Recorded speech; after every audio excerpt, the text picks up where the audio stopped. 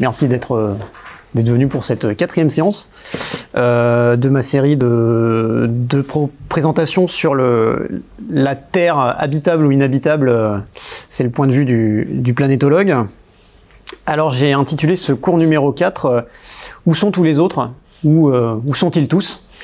Je vais vous expliquer d'où ça vient et puis on va suivre ça. Je vous rappelle que en premier j'avais mis en perspective géologique l'Anthropocène, c'est-à-dire que j'avais changé les échelles de temps pour montrer à quel point au moins la surface de la Terre a beaucoup changé, ne serait-ce qu'en termes de climat, à l'échelle des milliers d'années, des centaines de milliers d'années, des millions, des milliards d'années.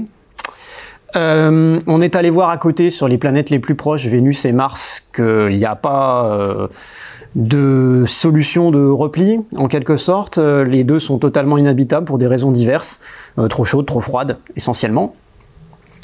On a ensuite évoqué la possibilité d'un ailleurs habité en réalisant que sur Terre, il y avait des niches écologiques, si on veut, en tout cas des endroits qui sont habités par des organismes, essentiellement des micro-organismes, des bactéries, des choses extrêmement petites et assez simples, tout en étant un peu compliqué à comprendre, hein, mais des organismes tout petits qui vivent dans des endroits qui semblent totalement invivables à l'humanité, ou ne serait-ce qu'à des animaux complexes, dans l'intérieur de la Terre, au fond des océans, dans des températures extrêmes et des pressions extrêmes. Et donc j'avais évoqué la possibilité que certains environnements existent quand même, des environnements où sur Terre il y a de la vie, existent quand même sur d'autres objets du système solaire, donc assez proches à l'échelle astronomique, comme par exemple les lunes glacées de Jupiter ou de Saturne. Et puis j'avais un petit peu conclu sur ce genre de petits graphiques pense-bêtes, où on avait donc la Terre qui regroupe toutes les conditions nécessaires à l'existence de la vie telle qu'on la comprend, énergie, eau liquide, carbone, et puis des objets dans le système solaire assez bien caractérisés par les planétologues, à la frontière du domaine idéal, ou en tout cas sur des domaines où on pense que la vie sous certaines formes est envisageable. Donc Europe, Encelade, et puis Mars est à la limite essentiellement une question d'évolution temporelle. Finalement, Mars a probablement été habitable, si ce n'est habité, dans le passé. Alors des questions restaient posées, hein, donc je vais pas forcément y répondre. C'est des questions qui sont stimulantes pour la pensée, plus que des choses auxquelles on va arriver à trouver une réponse. Est-ce que la vie s'est optimisée, ou est-ce que la vie au contraire, donc à ce moment-là, si elle s'est optimisée aux niches terrestres, elle est capable d'apparaître dans des endroits encore plus farfelus, ou alors est-ce que les conditions d'apparition de la vie sont vraiment restrictives, et ça on le sait pas trop, mais certains biologistes pensent que finalement les conditions d'émergence de la vie sont un petit peu plus, à la fois plus critiques que celles dans laquelle elle existe actuellement, et que finalement c'est les conditions aussi paisibles que celles que nous on rencontre à la surface de la Terre sont pas forcément les conditions les plus propices à l'apparition de la vie.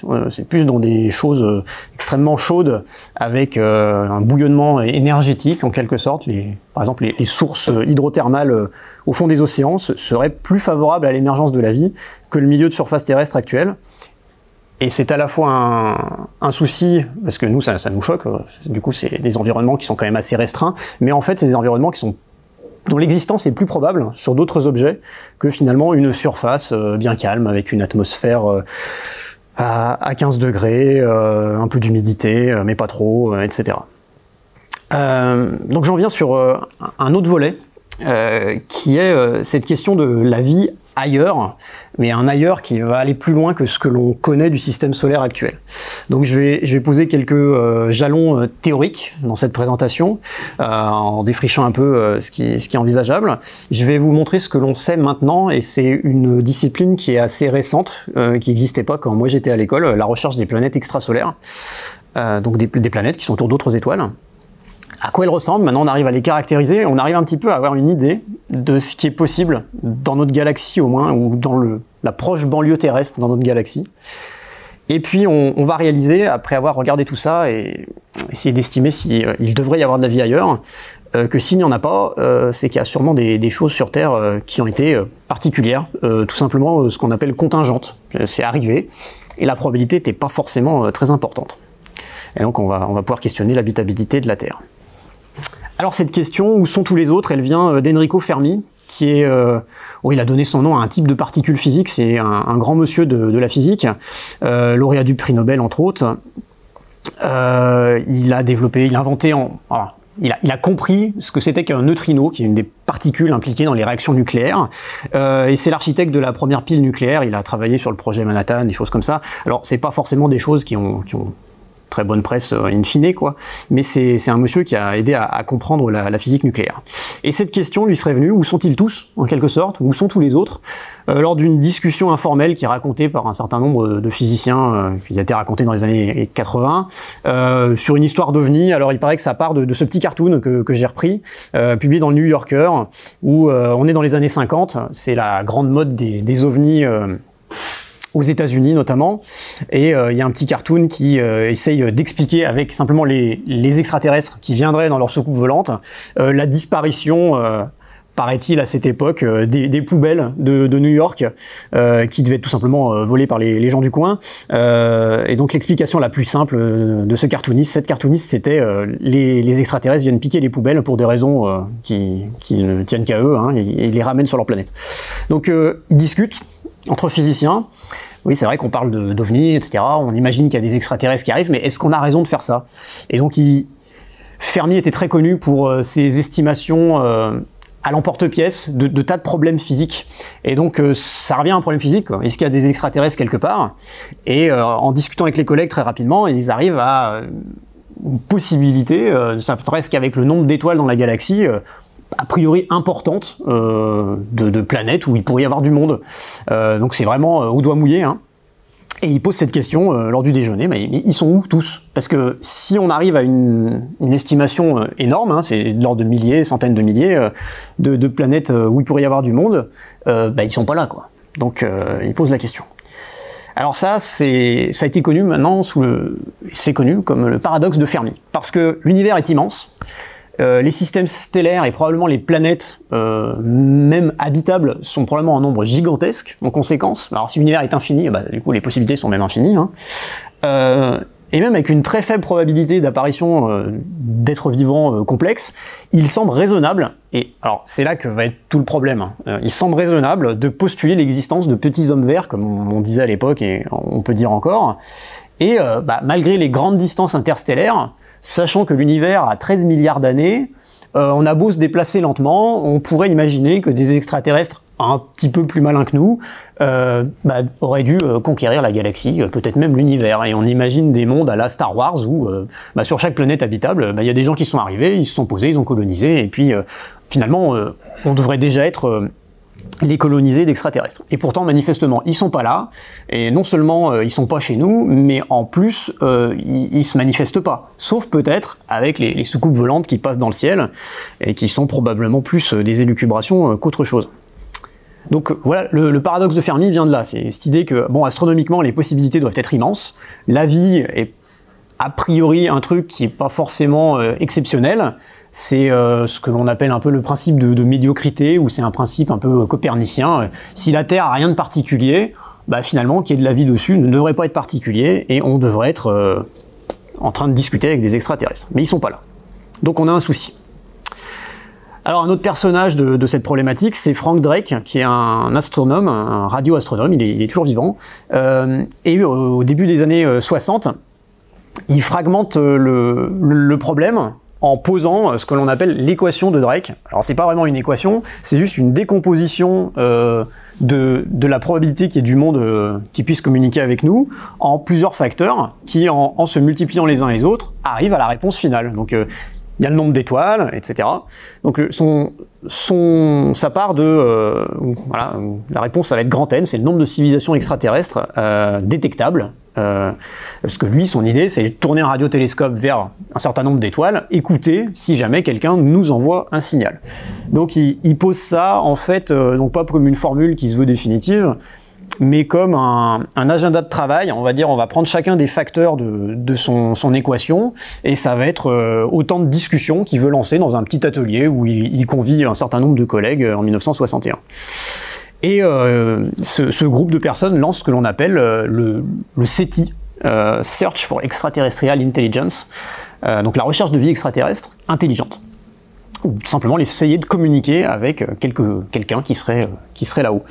Donc ce programme existe toujours, alors il a plus ou moins bien fonctionné, il a notamment utilisé, et Frank Drake était un de ses responsables, le radiotélescope d'Arecibo, qui est une immense antenne, qui avait rempli on avait construit dans un petit gouffre géologique à Porto Rico, une antenne de presque 300 mètres de diamètre, qui s'est effondrée il y a 2-3 ans, il me semble.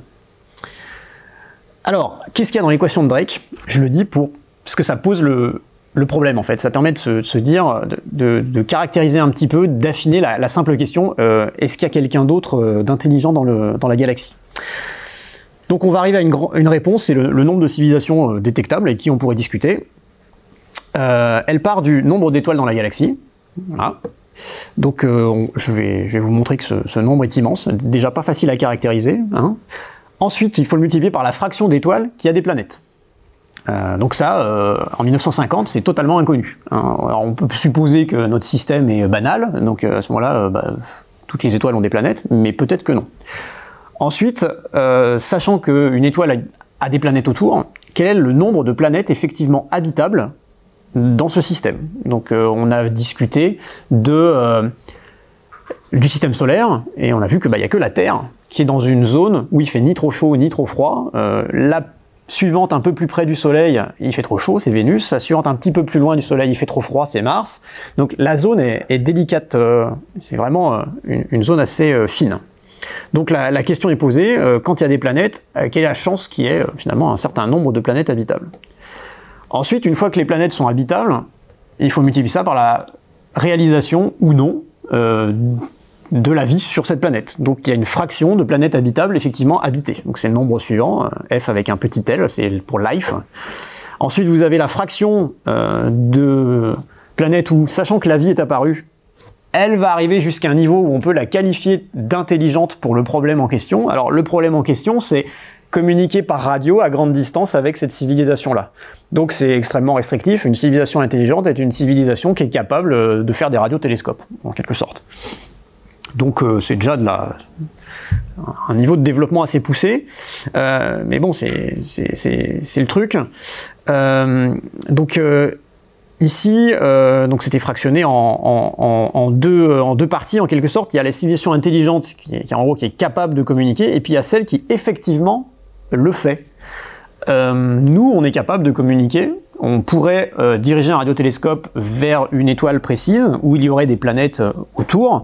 On pourrait envoyer un message, mais en fait on le fait pas. On le fait pas de façon routinière. Ça n'a pas grand intérêt, hein, donc on le fait pas. Donc par contre, il y a nos émissions radio qui polluent l'espace, hein, en quelque sorte, et donc qui partent de la Terre et qui vont finir par atteindre d'autres endroits. Mais ça va avec c'est pas fait exprès. Et enfin, il y a un dernier facteur, c'est la durée de vie de ces civilisations par rapport à celle de leur étoile. Hein, le fondamental ici, c'est l'étoile dans la galaxie. Donc l'étoile de leur système, combien de temps elle va durer, quelle est la fraction de durée de vie de l'étoile où on peut espérer rencontrer une civilisation qui communique. Donc on va voir que c'est pas forcément gigantesque, hein. Alors, cette approche, elle est imparfaite, mais voilà. Le seul but, c'est de proposer une certaine décomposition qui permette de fragmenter la question et d'essayer d'y répondre avec des arguments, avec des observations, et pas juste totalement gratuitement en se disant, bon, allez, au doigt mouillé, à un facteur 1000 près, ça doit être ça. Parce que si on est à un facteur 1000 près, ou même 10 seulement près sur chacun de ces éléments, comme il y en a 5 ou 6, on arrive à un facteur 1 million. Et voilà, on se trompe. Soit il y a 1 million de civilisations, soit il y en a une, soit dans l'autre sens, en fait, il n'y avait qu'une chance sur 1 million qu'il n'y en ait ne serait-ce qu'une seule. Et donc là, ça fait vraiment pas beaucoup. Alors, comment estimer les paramètres? Alors, je vais commencer par le nombre d'étoiles. À l'œil nu, donc j'ai pris une vue d'un logiciel de planétarium. Voilà, on voit quelques constellations éventuellement qu'on peut reconnaître avec Orion, le Taureau. Voilà. À l'œil nu, il y a environ 5000 étoiles qui sont visibles. C'est déjà pas mal, mais ces 5000 étoiles, c'est une proportion infime de ce qu'il y a dans la galaxie. La question, c'est proportion infime, Mais combien? Est-ce que c'est un millième, un millionième, un milliardième, encore moins? Donc il faut estimer ça, et donc c'est un vrai problème d'astronomie. Alors je vais zoomer juste sur une petite zone, donc je zoome sur l'amas des Pléiades, où on distingue 6-7 étoiles à l'œil nu. Voilà ce que ça donne si on l'observe, enfin on fait une photographie à la lunette. Donc c'est, au lieu de 6-7 étoiles, bon, on en voit des centaines. Alors, à la lunette, si on scanne l'ensemble du ciel, on va arriver à de l'ordre de 1-2 millions d'étoiles que l'on peut arriver à compter. Alors, outre que c'est fastidieux comme travail, c'est en fait toujours très peu par rapport à la totalité de ce qui est visible. Parce qu'à chaque fois qu'on prend une lunette plus grosse, un télescope plus puissant, eh ben on découvre de nouvelles étoiles qui étaient trop faibles pour être visibles avec le télescope d'avant. Alors, voilà une image avant son lancement d'un télescope qui a été conçu pour faire l'exercice. Donc télescope spatial, dernier cri, vous avez un miroir qui fait plus d'1 mètre de diamètre. Donc ici vous avez quelques personnes qui sont dans la salle où on est en train de finir de vérifier l'ouverture et le repliement des panneaux solaires du télescope. Donc vous voyez que ne serait-ce que la largeur du tube, hein, donc le diamètre du miroir du télescope, c'est à peu près ça. Ça fait déjà une belle lunette ça à mettre dans son jardin pour essayer de regarder les étoiles. Donc ce télescope a été fait exprès pour cartographier le maximum d'étoiles, autant que la technologie actuelle le permet, de notre galaxie.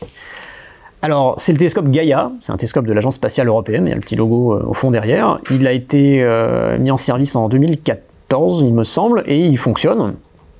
Et il en est déjà à presque 2 milliards d'étoiles cartographiées.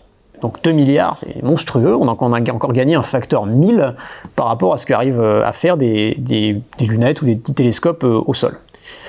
Et avec ce télescope, bon, on fait mieux que juste savoir si les étoiles sont là, on repère ici précisément leur position, leur mouvement, leurs propriétés, etc., leur couleur notamment.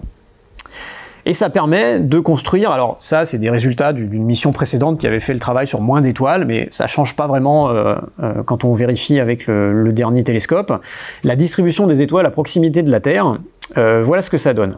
Alors ça c'est une petite figure qui montre avec une sorte de pavage mosaïque, avec des pavés de différentes couleurs, les différents types d'étoiles que l'on voit autour de nous. Et le nombre de pavés est proportionnel au nombre d'étoiles que l'on constate être présent autour de nous. Et puis vous avez une petite représentation en bas de ces étoiles, les unes par rapport aux autres, en taille réelle et en couleur. C'est ça qui est assez important pour les astronomes.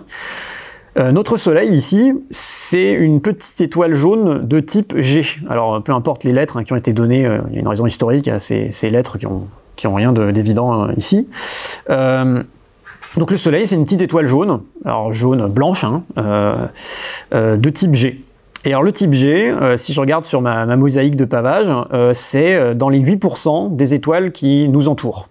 Donc ça fait toute cette gamme d'étoiles-là. C'est assez important, mais c'est pas la majorité.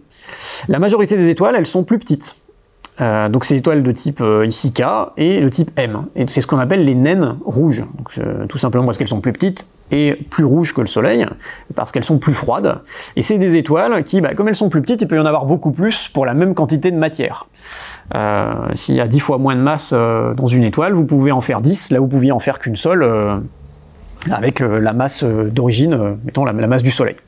Donc simplement pour ça, il y a plus de petites étoiles, et en plus la physique nous explique que plus une étoile est grosse, plus elle brûle vite, et elle épuise son carburant et finit par s'éteindre. Donc plus les étoiles sont petites, plus elles durent longtemps, donc dès qu'il s'en forme une, elle reste là, et celles qui se sont formées au début de l'histoire de l'univers, de ces étoiles rouges, sont toujours là. Tandis que les étoiles de type solaire, ou encore pire, alors, donc les dernières, là, celles qui sont sur les pavés jaunes et les pavés bleus, les grosses étoiles, elles ont déjà disparu. Mais il y en a quand même parce qu'ils s'en reforment régulièrement. Alors voilà la population d'étoiles que l'on peut voir. Alors évidemment, celles que nous on voit à l'œil nu, il n'y en a aucune qui est une naine rouge. Toutes ces étoiles, en fait, dès qu'on arrive à une distance qui est inférieure à la distance moyenne qu'il y a entre les étoiles, on ne peut plus les voir. Elles émettent trop peu de lumière et on ne les voit plus. Donc il faut vraiment absolument des télescopes pour détecter ces étoiles-là. Et ce que l'on voit essentiellement nous autour de nous, c'est des grosses étoiles en fait plus grosses que le Soleil, donc type A, B, O, c'est des grosses étoiles bleues, ou alors c'est des étoiles standards, on va dire, plus petites comme le Soleil, mais en fin de vie, qui sont en train de gonfler, et à ce moment-là elles deviennent exceptionnellement lumineuses. Alors, voilà toutes les catégories d'étoiles.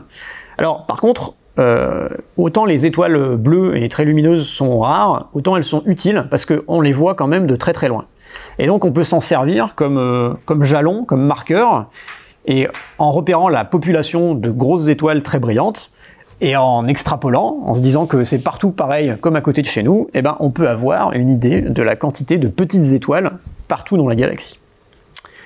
Alors il faut quand même pour ça vérifier la taille de la galaxie, et donc pour ça il faut avoir une idée de la distance des étoiles, ce qui est extrêmement compliqué.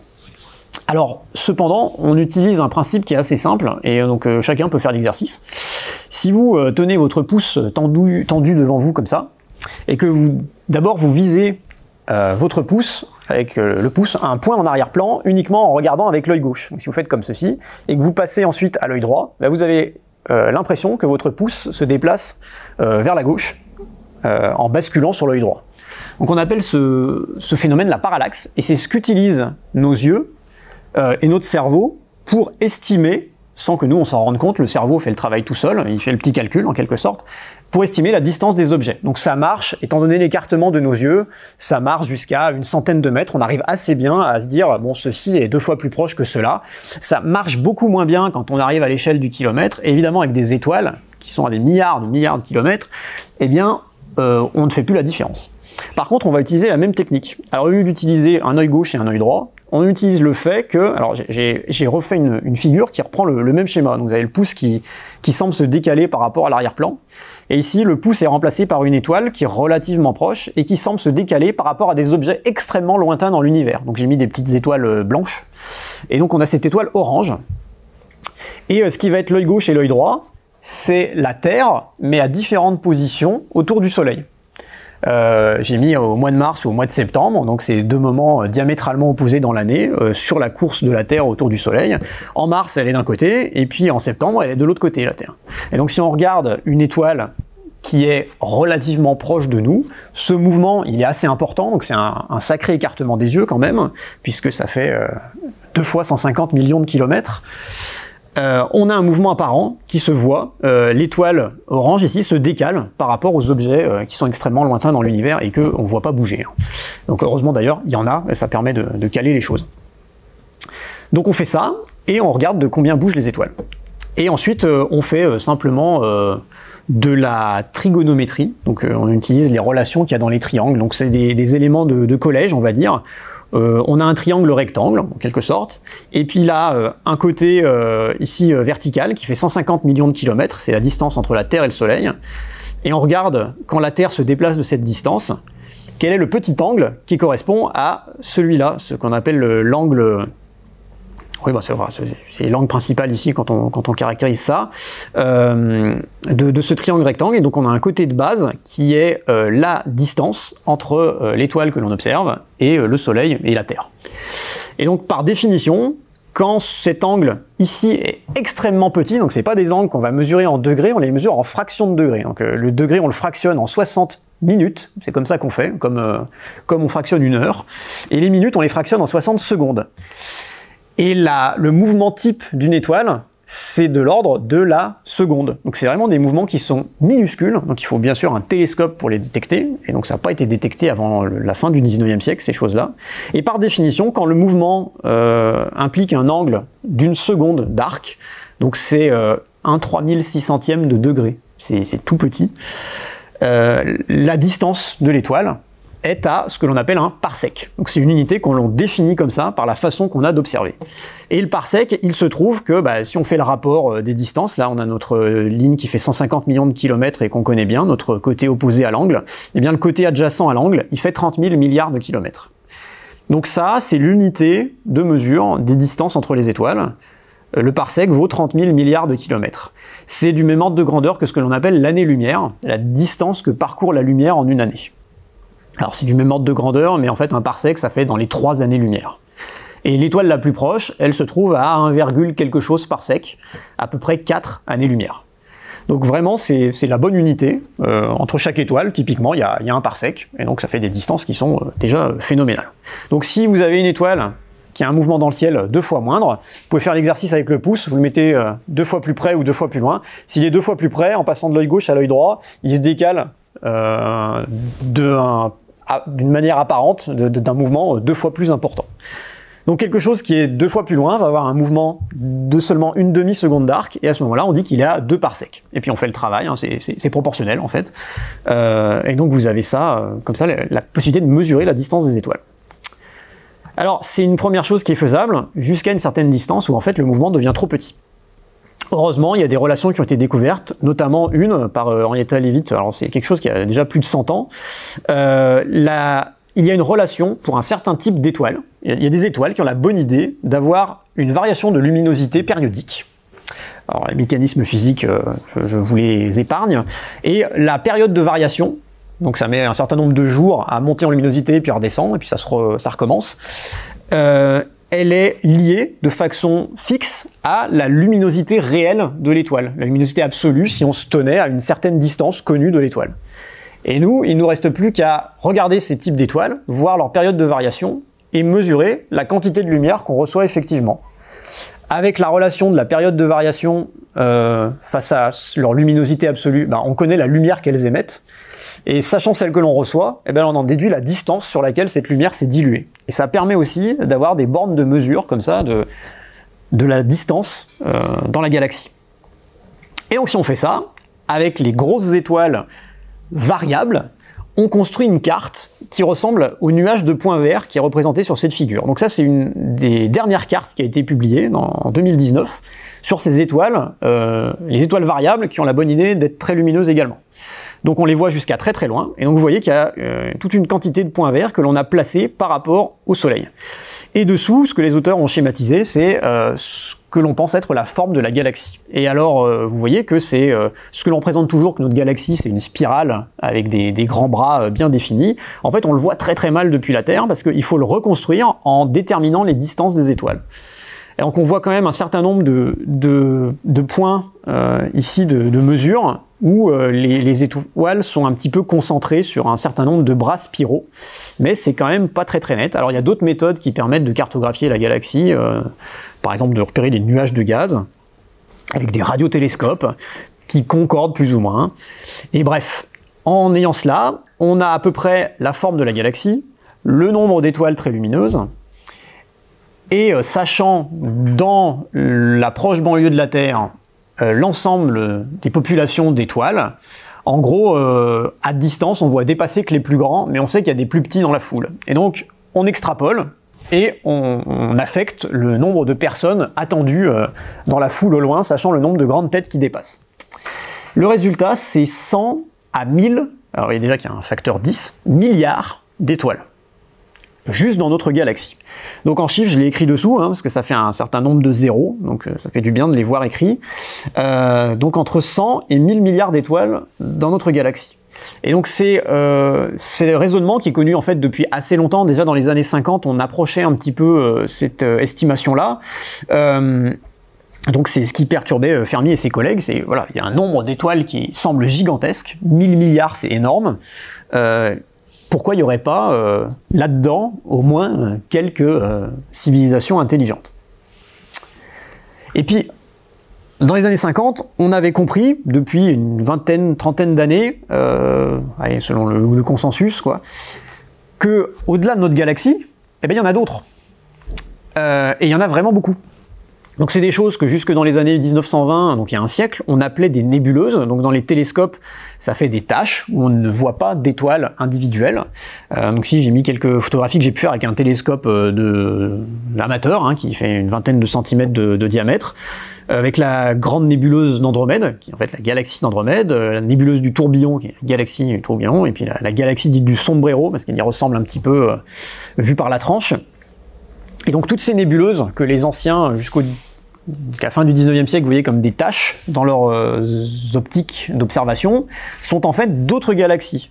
Et donc ces taches sont juste l'impression que ça nous donne, parce qu'on n'arrive pas à faire la différence entre deux étoiles côte à côte, mais là-dedans, chacune de ces nébuleuses, c'est encore 100 à 1000 milliards d'étoiles. Et le nombre de galaxies, il est phénoménal. Je vais vous donner l'illustration peut-être la plus remarquable de ça, c'est cette image. Alors cette image, elle est appelée le champ ultra profond de Hubble. Alors c'est le télescope spatial Hubble qui a pris cette image, ça a pris plusieurs jours, en fait 3 semaines, pour acquérir l'image. Simplement le fait d'enregistrer les particules de lumière qui arrivent de très loin dans l'univers. La taille de l'image que vous observez, c'est la même qu'une tête d'épingle que vous tiendriez à bout de bras. Donc c'est quelque chose de minuscule dans le ciel, et on a visé une zone où, exprès, on a l'impression de ne voir aucune étoile. C'est-à-dire comme ça, on est sûr qu'on va voir des choses qui sont très loin, parce qu'il n'y a rien devant. Donc on a visé au premier plan, c'est comme si là j'essayais de passer par la fenêtre et de voir le ciel en essayant de viser là où il n'y a pas d'immeuble. Et comme ça, j'essaie de voir s'il y a des immeubles au loin dans le ciel. Donc là, on essaye de voir s'il y a des galaxies. Sur cette image, vous voyez plein de taches lumineuses, mais il n'y en a que 2-3 qui sont des étoiles. C'est celles qui font des grands rayons. Donc il y a une étoile qui est relativement proche. Donc ça fait ces grands rayons parce qu'elle est très lumineuse, donc sa lumière se disperse dans le télescope et ça fait ces figures-là. Celle-là aussi, c'est une étoile, donc qui est au premier plan et qui est dans notre galaxie. Tout le reste, ce sont d'autres galaxies qui sont beaucoup plus loin. Et les astronomes ont compté là-dessus, il y a environ 10 000 galaxies sur cette image. Donc simplement sur une tête d'épingle, vous avez 10 000 galaxies du moment qu'on essaye de les repérer. Et ce que l'on pense, c'est que Hubble est encore pas capable de toutes les voir. C'est qu'il y en a qui sont trop loin, trop faibles, pour que même en regardant pendant 3 semaines, avec un énorme télescope dans l'espace, eh bien on arrive à toutes les repérer. En tout cas, ça permet d'extrapoler sur l'ensemble de l'univers qu'il y a presque autant de galaxies qu'il y a déjà d'étoiles dans notre galaxie. Et donc, vous multipliez par 2 le nombre de zéros derrière le nombre. Et le résultat, c'est ça. Et donc, moi, j'ai essayé de voir comment on pouvait le dire en français. C'est 1000 millions de 1000 milliards de milliers d'étoiles. Donc, c'est comme les blagues du capitaine Haddock. Voilà le nombre d'étoiles qu'il peut y avoir dans l'univers observable. Donc, ça fait vraiment beaucoup. Donc, là-dedans, il suffit qu'il y ait une probabilité de 10 à 100 sur 1000 millions de 1000 milliards de milliers pour que on ne soit pas seul dans l'univers. Et d'où l'idée de Fermi et de ses collègues, c'est qu'a priori, il n'y a pas de raison qu'on soit tout seul. Ça semble, c'est un nombre littéralement astronomique. Donc les possibilités doivent être ouvertes. Donc on essaye de vérifier ça. Alors voilà déjà le nombre d'étoiles. On le connaît. Maintenant, on va poser la question, est-ce que ces étoiles sont entourées de planètes? Donc jusqu'au milieu des années 90, la question était théorique, purement théorique. Et depuis, eh bien, on découvre d'année en année de plus en plus de planètes autour d'autres étoiles que le Soleil. Alors voici ici un histogramme qui démarre en 1989, où on a cru voir un premier truc, mais c'était pas tout à fait ça. En 1995, vous ne voyez pas qu'il y a la première découverte. Il y en a quelques-unes qui suivent jusqu'autour de l'an 2000, et là vous voyez l'histogramme qui commence à grimper avec une échelle verticale qui se gradue en milliers de découvertes. Et donc ça s'accumule, on connaît de plus en plus d'autres planètes autour d'autres étoiles que le Soleil, avec l'avancée du temps. Et vous voyez aussi qu'il y a 2 grands sauts, en 2014 et 2016. D'un seul coup, il y a un millier de planètes en plus. C'est du simple fait d'une seule mission spatiale, un télescope spatial qui a été conçu pour ça, donc pour chercher le plus de planètes possible, le plus rapidement possible. Et donc, quand on cherche, finalement, on trouve. Et depuis, on a un petit peu baissé l'affaire parce qu'on s'est déjà dit, bon, avec ces quelques milliers de planètes qu'on connaît, il y a déjà pas mal de travail à faire. Il faut qu'on repose la question pour savoir quel nouveau télescope on va envoyer pour chercher peut-être de façon plus intelligente pour arriver à dire des choses plus intelligentes ensuite. Donc en début 2022, j'ai pas vérifié très récemment, il y avait 4900 planètes confirmées d'après les astronomes, sachant que ce confirmé, en fait, les gens s'enguirlandent encore un petit peu sur un certain nombre en se disant non mais c'est pas sûr, tout à fait. Sur ces 4900, il y a 800 systèmes où, donc des systèmes stellaires, pas des systèmes solaires, donc des systèmes autour d'autres étoiles où il y a plusieurs planètes autour de la même étoile. Et puis, au-delà de ça, il y a encore 3000 candidates qui sont à confirmer, donc c'est un signal dont on n'est vraiment pas certain, par une mission, et plus de 3500 par une autre mission, qui est en train de aussi chercher à les détecter. Donc là, on en a sûrement en fait plus de 10 000, ça commence à faire beaucoup. Donc si vous aviez du mal à apprendre le nom des planètes à l'école primaire, les 8 de notre système solaire, là c'est pas la peine d'essayer de suivre. Il y en a quelques-unes qui ont été nommées un petit peu pour la forme parce que elles ont permis de faire quelques travaux un peu spectaculaires, mais la plupart sont juste identifiées par des numéros de catalogue. Alors, c'est quelque chose qui est extrêmement difficile à faire. Et ça, je tenais à le souligner. Observer directement une autre planète autour d'une autre étoile, c'est quasi impossible. Il y a deux problèmes. Donc j'ai représenté par cette image que j'ai piquée d'une vue d'artiste de à quoi ressemble une étoile dans un télescope. Ici, je peux vous dire, voilà, il y a une planète. Elle est là, elle est à côté de son étoile, qui est en fait beaucoup plus petite que la tache lumineuse que l'on en voit quand on essaie de l'observer. Et on ne la voit absolument pas. C'est à peu près la même chose qu'essayer d'observer un ver luisant à côté d'un phare de marine à quelques kilomètres de distance. C'est totalement impossible. Donc le contraste de luminosité est gigantesque. Une étoile, ça brille tout seul, avec une intensité très importante. Une planète, ça ne fait que réfléchir la lumière de l'étoile. Et c'est tout petit, donc c'est vraiment pas grand-chose. Et en plus, elles sont très très proches l'une de l'autre. Donc dans le ciel, c'est des choses, il faut être capable de zoomer à un point extrêmement important, donc il faut des télescopes énormes pour arriver à les séparer. Donc la plupart des détections, c'est pas un point lumineux qu'on arrive à voir dans le ciel, c'est des choses indirectes. On déduit la présence de la planète d'autres effets. Alors je vous montre quand même deux exemples où on voit un point lumineux parce qu'on a réussi à enlever la lumière de l'étoile. Donc c'est des étoiles qui sont assez proches pour qu'on puisse faire la séparation entre l'étoile et les planètes. Et en plus, les astronomes ont des astuces assez sophistiquées pour soustraire l'image de l'étoile qui ne change pas de plusieurs images où on enregistre à la fois l'étoile et la planète qu'il y a autour. Et comme l'étoile ne change pas mais la planète se déplace, on finit par la mettre en évidence.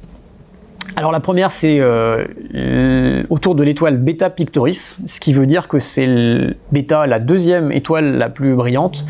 Pictoris, c'est la constellation du peintre, donc c'est une constellation qui est dans l'hémisphère sud. Et vous avez deux images en haut, ici, où l'étoile est complètement masquée, donc elle correspond à la petite étoile symbolique qui a été mise au milieu de l'image. Et puis vous avez la planète extrasolaire, ici en 2003, et là en 2009. Et entre 2003 et 2009, elle a changé de côté, parce qu'elle est tout simplement en orbite autour de son étoile, comme la Terre autour du Soleil. Et donc vous avez une dernière image ici en 2010, où on voit que c'est un petit peu décalé par rapport à 2009, donc les auteurs ont indiqué où elle était en 2009 et où elle est en 2010, et avec ces trois observations, ils en déduisent que c'est une orbite qui est comparable à celle de Saturne autour de notre Soleil. Par ailleurs, avec la lumière de la planète, ils arrivent à dire que c'est une planète géante, gazeuse, un peu comme Jupiter. Et puis à droite, vous avez un autre système, qui est un système qui, au lieu d'être vu par la tranche, donc celui de gauche, on le voit par la tranche, donc on a l'impression que la planète, elle fait comme ça autour de son étoile, c'est parce qu'elle tourne et on la voit par la tranche. L'autre système, qui est catalogué HR 8799, il est assez connu des amateurs de ça, parce qu'on le voit, lui, de face, par au-dessus en quelque sorte. Donc on a l'étoile en plein milieu, et on voit les orbites circulaires des planètes qui tournent autour.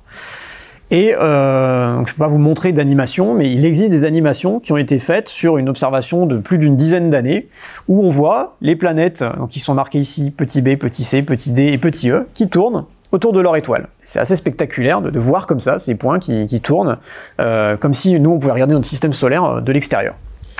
Alors ces planètes, on les voit bien parce qu'en fait elles sont très très jeunes. Et donc une planète jeune, elle vient de se former, et en fait elle est encore très très chaude parce que ça fait un dégagement de chaleur quand la planète s'est assemblée. On sait que l'étoile est très très jeune parce qu'elle a certaines propriétés lumineuses. Les planètes sont très jeunes aussi, donc elles brillent elles-mêmes. Et donc on arrive à les voir parce qu'elles sont chauffées au rouge en quelque sorte, tellement qu'elles sont jeunes.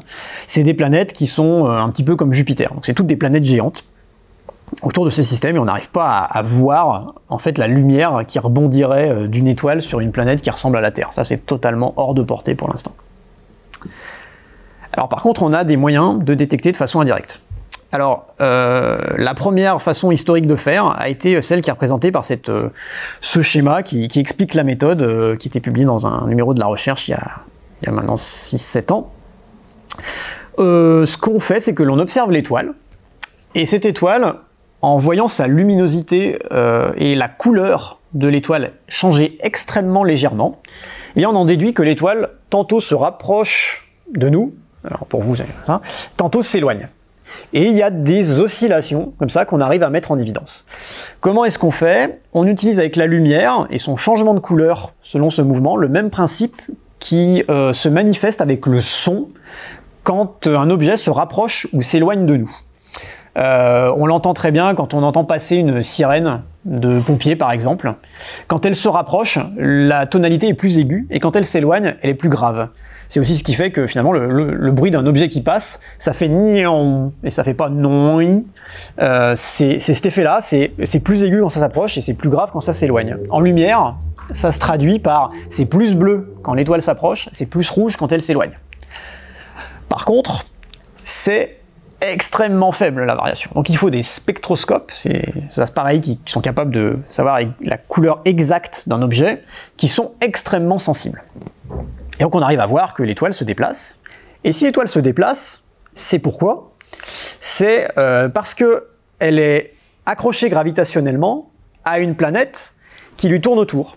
Et la meilleure analogie que j'ai trouvée, c'est si vous arrivez à imaginer ce qui se passe quand un lanceur de marteau, ici dont j'ai mis un cliché lors d'une épreuve olympique, pour lancer son marteau, il le fait tourner autour de lui. Donc le marteau, en fait, c'est une grande boule hein, au bout d'une corde, quoi. Et quand le lanceur de marteau fait tourner le marteau, eh bien, on voit que le lanceur de marteau lui-même, il pivote autour de ses pieds. Et vous avez un immense mouvement. Donc le marteau tourne avec un grand mouvement, mais le lanceur de marteau tourne aussi un petit peu. Et donc ça, on en fait tous l'expérience assez intuitivement dès qu'on essaie de déplacer quelque chose de lourd au bout du bras. En fait, on contrebalance et en fait on a un mouvement qui est imposé par le fait qu'il y a quelque chose autour de nous. Et donc c'est exactement pareil pour les étoiles, et donc on ne voit jamais le marteau du lanceur de marteau, on voit toujours l'athlète. Donc on observe l'athlète, comment il bouge, et on en déduit la masse de son marteau, la distance du marteau, l'orbite qui suit, etc. Et à côté, j'ai mis en gros ce à quoi ressemblent les données. Donc c'est des points qui dessinent une courbe qui oscille, parce que l'étoile tourne sur elle-même, parce qu'il y a une planète qui lui tourne autour. Et donc cette courbe, c'est celle de la toute première planète qu'on a détectée de cette manière-là, 51 Pégasi B, donc c'est la 51e étoile de la constellation de Pégase, et petit b, ça veut dire qu'il y a un deuxième objet dans le système, il n'y a pas que l'étoile, il y a une planète. Donc c'est une planète comme Jupiter, mais qui tourne extrêmement près de son étoile, en quelques jours seulement. Donc elle est effectivement extrêmement chaude, parce qu'elle est très très près de l'étoile, et ça permet de bien la détecter. Alors ça permet de faire des choses jusque à peu près détecter des objets de la taille de la Terre. Voire un peu plus petit, on approcherait presque la taille de Mars pour les étoiles les plus proches de nous, on arrive à faire des mesures fines. Et donc là, j'ai pris des figures, vous voyez la petite oscillation qui correspond à la variation de couleur d'une étoile. Donc dans 3 couleurs différentes d'ailleurs, rouge, vert, bleu, et cette étoile c'est Proxima Centauri, c'est l'étoile la plus proche de nous, elle est à 4 années-lumière, 1,3 parsec, voici une image, hein. C'est une toute petite étoile rouge, donc ici elle apparaît blanche parce que c'est une fausse couleur représentée ici, et donc ça a été publié en 2021, on savait déjà depuis quelques années qu'il y a au moins une planète autour de Proxima Centauri, et ici cela confirme la détection d'une autre planète dont on n'était pas tout à fait certain et qui aurait une masse intermédiaire entre celle de Mars et de la Terre. Donc c'est une toute petite planète et on arrive à détecter sa présence par les variations de couleur de l'étoile Proxima Centauri. La deuxième méthode, elle est plus simple, c'est espérer que la planète va passer régulièrement devant son étoile. Et donc ça fait une sorte de mini-éclipse, ce que l'on appelle un transit. Il y a une petite partie de l'étoile qui est cachée par la planète, et la luminosité de l'étoile descend un tout petit peu pendant quelques heures, typiquement, avant de remonter. Et puis, une année plus tard, c'est-à-dire une orbite autour de l'étoile plus tard, alors cette année, pour cette planète-là, elle peut durer seulement une vingtaine de jours, et puis à ce moment-là, il suffit d'attendre 20 jours, et on revoit la lumière baisser. Et si tous les 20 jours, la lumière baisse exactement de la même manière, eh ben on va déduire qu'il y a une planète d'une certaine taille, qui correspond directement à la baisse de luminosité, qui est en orbite en 20 jours autour de l'étoile. Alors le principe est simple, dans les détails c'est extrêmement compliqué, parce que les étoiles en fait, elles n'ont pas une luminosité constante, et donc ça complique la chose de façon assez extrême. Alors le satellite Kepler, un télescope spatial, a été envoyé exprès pour faire ça, et donc on lui a imposé, alors sur cette vue d'artiste, on voit représenter la position du Soleil dans la galaxie, et puis la zone vers laquelle on a braqué ce télescope pour qu'il observe toutes les étoiles qu'il peut observer et qu'il voit si leur luminosité baisse ou pas. Donc on l'a braqué vers cette toute petite zone de la galaxie. Et typiquement, ce qu'il voyait, c'est le type de données qui est représenté à droite, avec autour de 1, la luminosité d'une étoile, une baisse observée, parce qu'avec une prise de luminosité toutes les demi-heures, eh bien, sur de l'ordre de 100 000 étoiles en même temps, eh bien, on arrive à voir des baisses de l'ordre de quelques fractions de pourcents de luminosité. Donc ça, déjà, c'est une prouesse. Et donc, ce télescope spatial a permis de détecter donc plusieurs milliers de planètes. Et la dernière publication, on va dire, détaillée et vulgarisée qui a été faite par l'équipe de ce télescope, elle a donné ce type d'histogramme qui donne le nombre de planètes en fonction de leur taille. Donc ici, sur 2300 planètes, ce qui est assez représentatif de ce qui a été détecté, vous avez un histogramme des planètes en fonction de leur taille. Et pour comparer avec le système solaire, avec ce qu'on connaît, vous avez les catégories qui sont représentées par les planètes que nous on connaît. Et donc il y a Mercure et Mars qui sont des toutes petites planètes, Vénus et la Terre qui sont les planètes rocheuses, celles qui nous intéressent le plus, il faut l'avouer. Et puis à l'autre extrémité, vous avez Saturne et Jupiter ou Neptune et Uranus qui sont les planètes géantes. Et alors ce qui a surpris tout le monde, c'est que la majorité des planètes que Kepler a détectées, elles n'existent pas dans notre système solaire. Ça ne veut pas dire que les planètes de notre système solaire n'existent pas ailleurs. Il y en a, et il y en a même plusieurs centaines qui ressemblent à Jupiter, Uranus, Neptune, la Terre ou Vénus. Mais il y en a de l'ordre de 5 fois plus qui sont de taille intermédiaire et qui n'existent pas dans notre système solaire. Donc ça, déjà, ça rend un peu perplexe sur notre caractère particulier ou non en termes de système solaire. Mais ça permet quand même de confirmer que voilà, sur les 2000 planètes qu'on a observées, il y en a 200 qui sont de type terrestre. Donc on n'est pas non plus sur quelque chose d'absolument exceptionnel, ça existe ailleurs. Et encore mieux, si on ne regarde pas seulement la taille des planètes, mais leur position par rapport à leur étoile, et si elles sont ni trop près ni trop loin pour avoir une température à leur surface raisonnable vis-à-vis du vivant, eh bien on a trouvé plusieurs planètes qui sont dans ce que l'on appelle la zone habitable autour de leur étoile. Donc là, il y a un petit croquis qui a été fait par les responsables de la mission Kepler, avec le système solaire qui est représenté schématiquement en bas, et puis au-dessus, vous avez schématiquement deux autres systèmes. En fait, il y a deux étoiles qui ont été identifiées, et puis 2 planètes identifiées autour de chacune de ces étoiles. Donc il y a une étoile qui est comme le Soleil, avec une planète un peu plus grosse que la Terre, donc c'est Kepler 452b, qui a été découverte en 2015, qui tourne à peu près autour de son étoile, à la même position que la Terre autour du Soleil. Donc là, c'est vraiment l'exemple idéal, ça a l'air d'être la même chose. Et Kepler 186, vous avez un système qui a une étoile moins lumineuse, et puis vous avez une planète à peu près de la taille de la Terre, qui tourne à la distance de Mercure autour du Soleil, donc bien plus près. Elle pourrait être bien plus chaude si l'étoile était le Soleil, mais comme l'étoile elle est bien plus froide, ça revient strictement au même. Et en fait, vous avez une planète qui est équivalent à la Terre en termes de température qu'on pourrait attendre à sa surface. Donc ça, on en a trouvé plusieurs, mais plusieurs, faut pas non plus s'affoler, c'est pas un nombre gigantesque. Alors on continue à chercher avec d'autres télescopes, ici c'est le télescope TESS, qui continue à faire ça, qui a trouvé autour d'une autre planète, une autre étoile petite et rouge, au moins une planète qui pourrait être dans la zone habitable, relativement proche de nous en plus, de l'ordre de 30 parsecs, donc 30 fois plus loin que l'étoile la plus proche. Ça fait quand même 1 million de milliards de kilomètres, donc on n'y sera pas demain, hein. Mais c'est un peu plus proche. On peut espérer un jour avoir des informations un peu plus précises avec de gros instruments. Et puis un autre système qui est assez prometteur, c'est le système du programme des astronomes belges qu'ils ont appelé TRAPPIST. Donc c'est un acronyme construit pour essayer de faire un mot qui ressemble à quelque chose. C'est un système où il y a une petite étoile rouge et 7 planètes autour. Et ce système est tellement petit qu'il ressemble plus au système de Jupiter. Donc sur ce schéma ici, vous avez à la même échelle le système de Jupiter et de ses 4 satellites, et le système TRAPPIST. Alors bien sûr, les planètes ne sont pas à l'échelle, c'est des tout petits objets. On les a grossis pour mettre leur taille relative.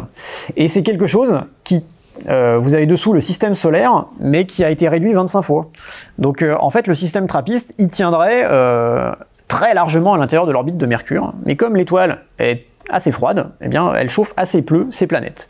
Et si on représente les zones habitables, au sens avec toutes les pincettes que l'on peut, sur notre système solaire, la zone habitable serait en gros de la Terre à Mars, et dans le système trappiste, elle englobe a priori les planètes D et E. Donc il y aurait 2 autres planètes qui seraient habitables dans ce système. Et ce système, il est encore plus proche, il est à 12 parsecs seulement. Donc lui aussi serait étudiable, sûrement avec des instruments un petit peu plus puissants. Donc il intéresse beaucoup les astronomes pour qu'on essaye de caractériser ces planètes. Bref, des gens essayent de faire le bilan, et c'est extrêmement compliqué parce que c'est très délicat statistiquement. Sur les 4000 planètes Kepler, il y a seulement 56 super-Terres, donc c'est des objets déjà plus gros que la Terre, parce qu'ils sont un peu plus faciles à détecter, et seulement 9 Terres, donc des choses qui ressemblent à la Terre, qui ont une taille relativement comparable, qui pourraient être dans la zone dite habitable de leur étoile. Donc sur 4000, en gros, il y a une dizaine de Terres qui ont été repérées. Donc ça fait peu, et en fait, on ne sait pas à quel point ce ratio de 9 sur 4000 est fiable ou non. Parce qu'on est certain qu'il manque beaucoup de planètes qui sont indétectables, ne serait-ce que celles qui n'ont pas la bonne idée d'être alignées avec leur étoile et de passer devant, et donc ce qui les rend détectables. On sait aussi qu'il y en a trop, parce qu'il y a des choses que l'on prend pour des planètes qui n'en sont pas, des variations périodiques de luminosité des étoiles. Et en plus, on n'est pas sûr que les planètes font effectivement la taille de la Terre, et puis ont effectivement une orbite d'une certaine période, etc. Donc les propriétés sont assez imprécises. Et là, vous avez un diagramme qui montre en gros, chaque point, c'est une planète identifiée par la mission Kepler. Et puis vous avez des courbes là et un fond coloré qui indique statistiquement à quel point on pense qu'on a vu tout ce qu'il y avait à voir. Et les nombres sont assez tristes parce que c'est des fractions de l'ordre de 0,0005. Donc ça veut dire moins d'un millième des choses potentiellement là qu'on a observé. Et ce millième, on ne sait pas si c'est un millième, un 10 millième, et donc on est assez incertain. La conclusion quand même, c'est qu'il y a entre 0,2 et 2 planètes en zone habitable par étoile ressemblant au Soleil. Et donc ça, c'est une contrainte qui est remarquablement près de ce que l'on pouvait dire au doigt mouillé, en se disant bah, autour de notre Soleil, il y a une planète habitable, ça pourrait être partout pareil. Bah, il se trouve que c'est vrai. Mais c'était pas du tout gagné d'avance. Et ça, c'est remarquable que dans les 20 dernières années, on ait remarqué que oui, pour cela, la position d'une planète ressemblant à la Terre autour d'une étoile ressemblant au Soleil, pour le coup, on est dans un système médiocre, au sens où statistiquement, ça a l'air d'être la règle.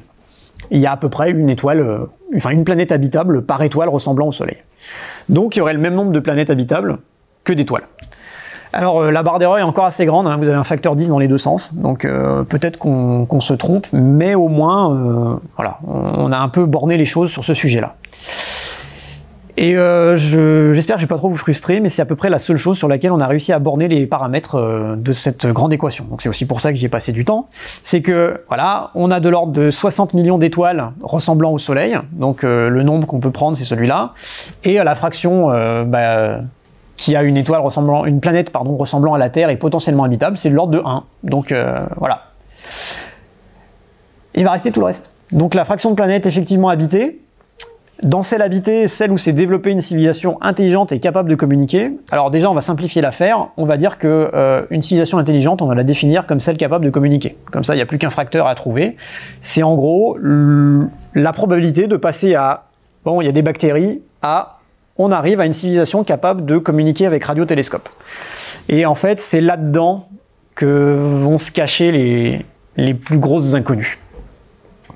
Et enfin, il y a un dernier élément quand même, j'y reviendrai, c'est la durée de vie de ces civilisations. Alors, un élément, avant d'avancer, c'est la fraction de planètes habitables effectivement habitées.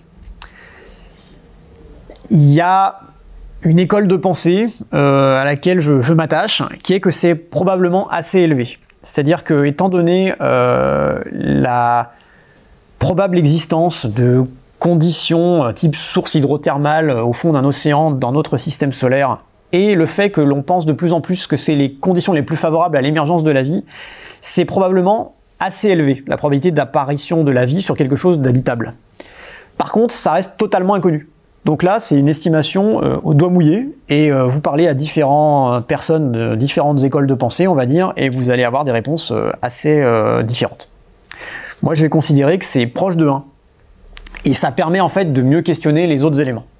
Reste alors deux nœuds au problème, développer une civilisation intelligente à partir de bactéries, et la maintenir assez longtemps, pour qu'on ait une chance de se croiser en fait dans la même galaxie, d'exister en même temps.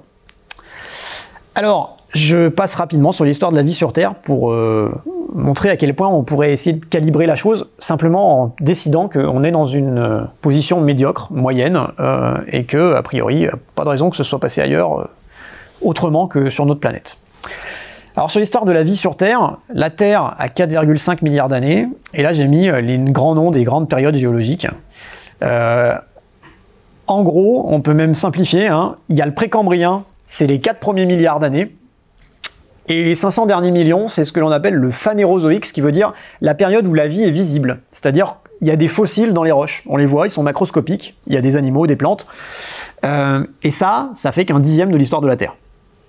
Donc déjà, ça détend un petit peu hein, sur la probabilité que des choses complexes apparaissent, mais on va quand même creuser un petit peu quand est-ce que la vie est apparue. Alors, on a des traces de fossiles, de tapis bactériens, voire même en grossissant avec des microscopes de petits filaments qui ne pourraient être quasiment que des petits filaments de bactéries, donc extrêmement petits, hein, de l'ordre du micromètre. On a ces choses-là dès qu'on trouve des roches qui leur permettent d'avoir été préservées. Le problème des roches, c'est qu'elles sont modifiées par la tectonique à la surface de la Terre, elles sont érodées, etc. Donc il y a assez peu d'archives, mais dès qu'il y en a, eh ben, on trouve des trucs. Donc la plus vieille archive actuellement consensuelle, elle a 3,7 milliards d'années. Donc il y a des fossiles de tapis bactériens en forme comme ça, de petits monticules. Vous voyez que c'est pas gros, hein, il y a un opercule d'appareil photo tout à fait standard, c'est un petit truc comme ça, une petite boule, ce qu'on appelle des stromatolites. Il y a d'autres choses qui sont connues, donc là c'est quelque chose qui a été observé au Groenland, il y a des choses qui sont connues en Australie, en Afrique du Sud, les quelques territoires en fait où il y a des très vieilles roches. Donc ça, je le garde. Toutes ces choses-là ont 3,7 et 3,4 milliards d'années. Donc en fait, très très vite dans l'histoire de la Terre, la vie est apparue et on en a la trace fossile. Et après, eh ben, il se passe pas grand-chose pendant pas mal de temps. Donc pour information paléo-environnementale, les premiers indices d'oxygène en quantité assez importante, ils datent d'il y a 2,4 milliards d'années. Donc en gros, c'est des roches rouillées. Avant, ça n'existe pas, la rouille. Donc des formations rocheuses rouges, comme ça apparaît qu'à ce moment-là. Et les premiers fossiles qui ressemblent à des eucaryotes, c'est-à-dire des cellules complexes de grande taille, donc ici qui font plusieurs dizaines de micromètres. Les exemples consensuels actuels connus, ils viennent du nord de la Chine, dans le Yanshan, et ce sont des choses qui ont 1,7 milliard d'années. Donc il s'est passé un bon moment pendant lequel il n'y a pas grand chose qui a vraiment bougé. Il y a quand même les eucaryotes qui sont apparus, et j'y reviendrai parce que c'est un nœud assez important. Et les premiers fossiles d'eucaryotes manifestement pluricellulaires, ils ont seulement 600 millions d'années, et il y a 500 millions d'années, ça y est, on commence à avoir toutes les bestioles. Donc le phanérozoïque, il y a tout ce dont vous avez en général pu entendre parler, hein, des trilobites aux premières fougères, aux dinosaures, et à l'apparition des mammifères, puis de l'homme. Tout cela est concentré vraiment sur la toute fin de l'histoire de la Terre. Et à partir de là, on peut essayer de se dire, bah voilà, le temps que ça a mis à apparaître, c'est peut-être la probabilité que ça apparaisse.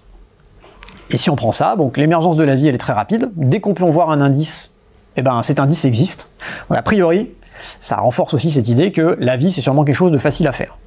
Mais après, il se passe 3,5 milliards d'années, pendant lesquelles la vie, elle est unicellulaire, microscopique et invisible, finalement, et nettement pas capable de communication interstellaire par radiotélescope.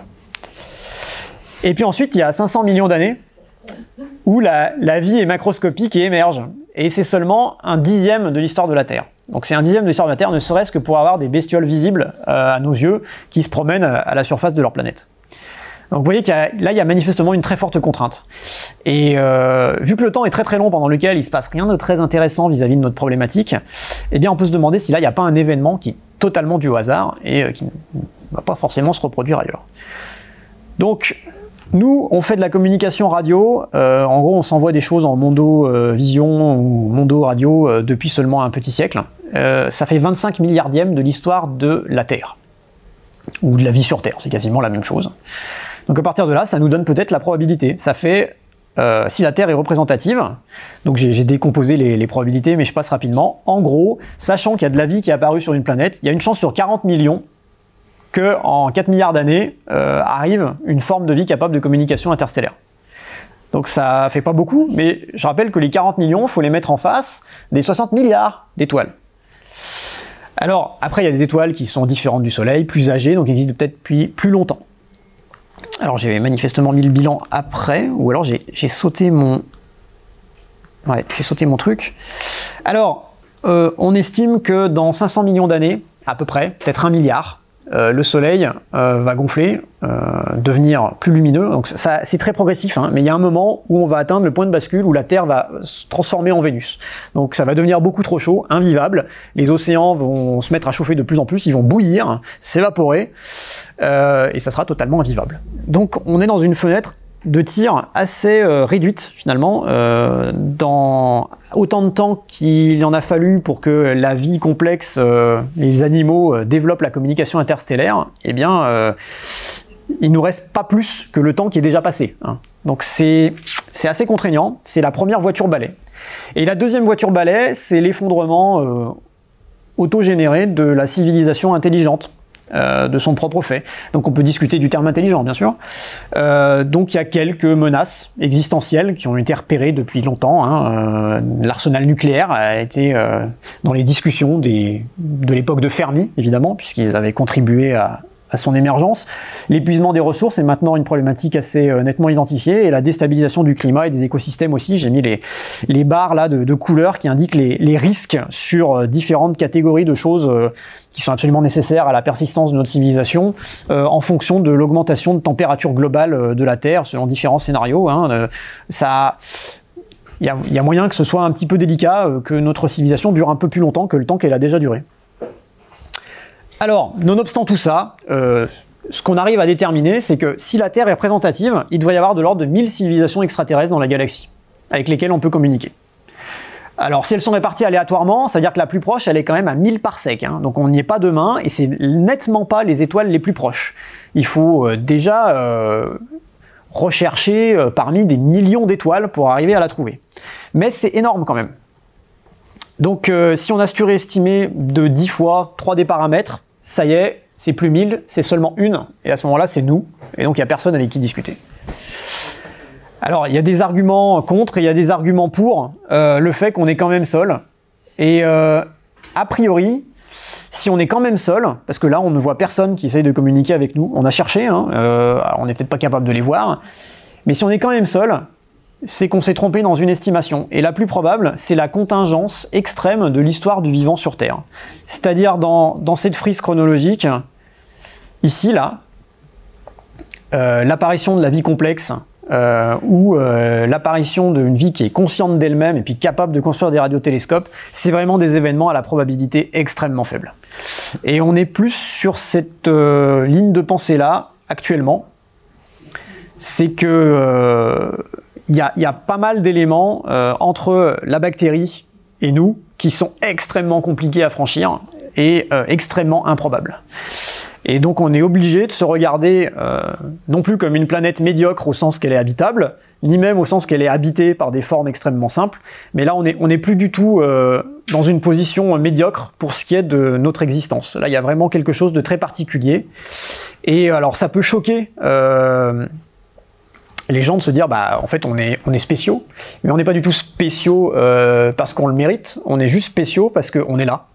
Et donc du simple fait que l'on existe, il est absolument normal qu'en regardant derrière nous, on se rende compte que tout ce qui s'est passé à la surface de notre planète a permis notre existence à la fin, mais tout ce qui s'est passé, ce sont des suites de probabilités extrêmement faibles qui se sont réalisées chez nous, mais on n'a pas gagné au loto parce qu'on le devait, on a gagné au loto parce qu'on a gagné au loto, et si on n'avait pas gagné au loto, ben, on n'aurait pas vu se réaliser la probabilité extrêmement infime de gagner au loto.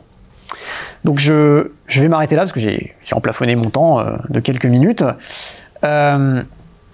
et j'ai laissé un petit peu de mention là-dessus, hein. Personne n'a encore la moindre idée si on est effectivement seul dans l'univers, ni s'il y a des biosphères dans la galaxie, donc des endroits où il y a de la vie, même très simple, et encore moins s'il y a des civilisations intelligentes. Donc là il y a des choses à à travailler un petit peu. Et c'est plutôt du côté des processus biologiques d'évolution qu'il faut sans doute se tourner pour essayer d'identifier les points de blocage dans les processus qui ont mené de la simple bactérie jusqu'aux civilisations intelligentes comme la nôtre. Donc je vais m'arrêter là pour aujourd'hui, et la prochaine fois, j'essaierai de poser la question, bon, qu'il y ait quelqu'un ou qu'il n'y ait pas quelqu'un, est-ce qu'on peut espérer se projeter dans un futur lointain où on pourrait aller, nous, puisque nous on est apparu et qu'on existe, est-ce que l'on peut nous aller communiquer ou coloniser ces autres planètes habitables qui doivent exister selon toute probabilité. Donc j'essaierai de brosser un peu ça et de montrer en quoi c'est pas pour demain, mais que ça peut être stimulant pour l'esprit quand même.